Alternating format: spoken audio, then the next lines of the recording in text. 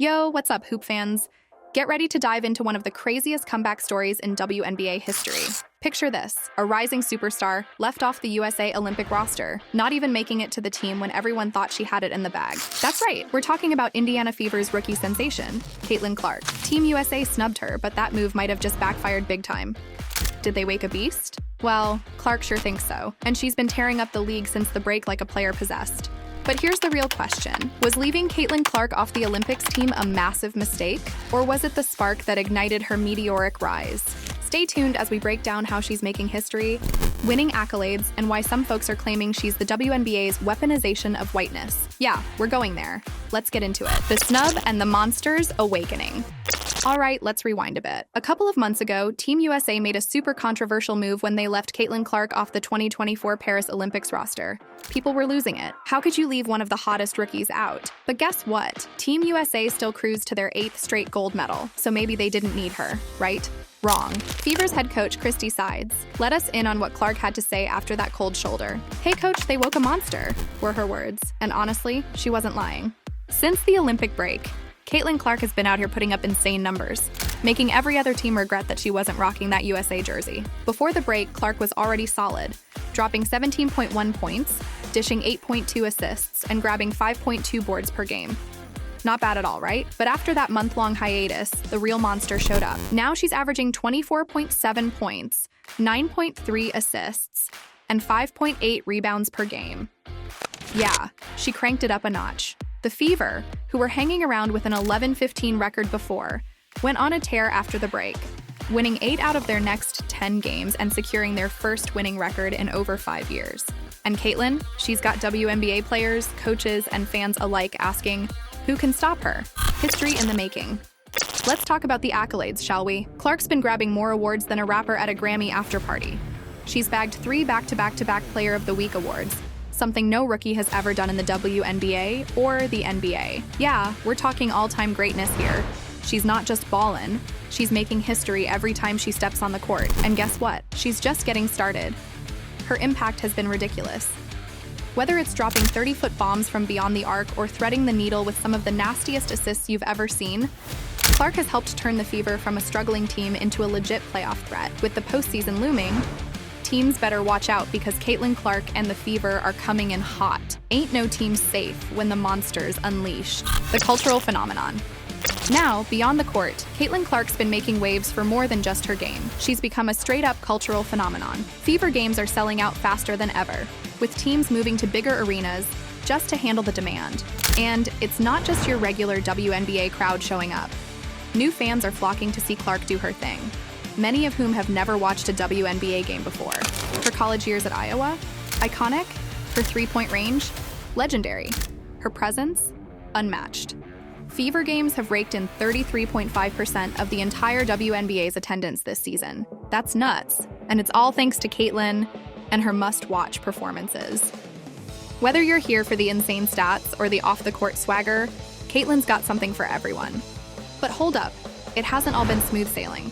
Clark leads the league in turnovers too, and she's got a reputation for not holding back her emotions, whether it's giving the refs an earful or calling out her teammates when they mess up. Some old school fans aren't vibing with that energy, but honestly, that's part of what makes her so damn exciting to watch. She's unapologetically herself, and in the end, isn't that what we want from our stars? The controversy, the weaponization of whiteness. Now let's talk about the elephant in the room. Caitlin Clark and the so-called weaponization of whiteness. Yeah, it's a hot topic right now, and it's causing all kinds of debates. See, Clark's rising fame has brought some of the more unsavory elements out of the woodwork. Some folks on the political far right, who couldn't care less about the WNBA before, are suddenly backing Clark hard. Why? Because she's white and straight in a league where many of the players are black and queer. It's a gross narrative that's doing nothing but stirring up unnecessary drama.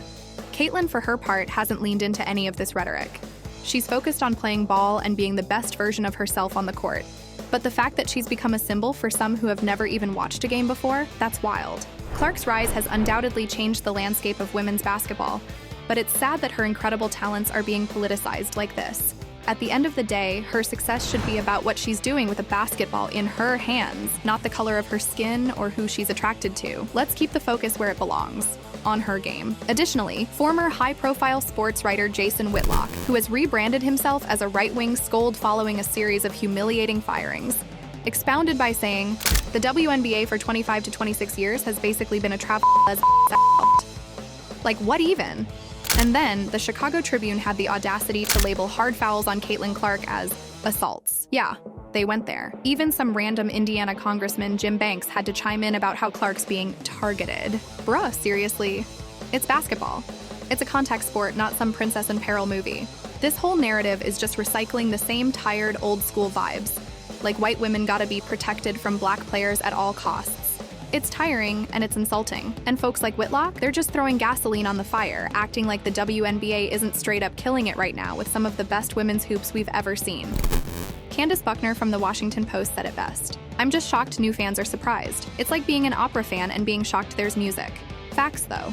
But then people started looking at Caitlin like, "Yo, why are you so quiet while these people ride your name into the mud?" Dejanai Carrington even went off on social media like, "How are you not bothered by your name being used to justify all this hate? We all see it. We all have platforms. We all have a voice. Silence is a privilege." And she wasn't wrong. Clark eventually had to speak up. She said, "It's disappointing. Women in our league deserve respect, and people shouldn't be using my name for these agendas." It wasn't exactly a mic drop moment, but it was something. She's only 22, and getting hit with some heavy lessons most of us can't even imagine. Caitlin's already a legend, but with all this heat, she's learning that big names come with big responsibilities. Right now, she's got to navigate how her whiteness is being weaponized by people who don't even care about women's basketball. The real question is, will she keep shattering records and push the Fever into playoff mode? Or will the turnovers keep coming as a struggle they need to fix? One thing's clear. Caitlin Clark's story is far from done, and trust me, there's more fire on the way. So, if you're hyped like we are, smash that subscribe button on She Got Game for all the dope highlights, deep game breakdowns, and inside scoops. And drop your thoughts in the comments. How far do you think Caitlin can take the Fever? Is she the key to snapping that playoff drought, or do they need more firepower? Hit that sub fam and ride with us as we watch this wild season unfold. And remember, always shoot your shot.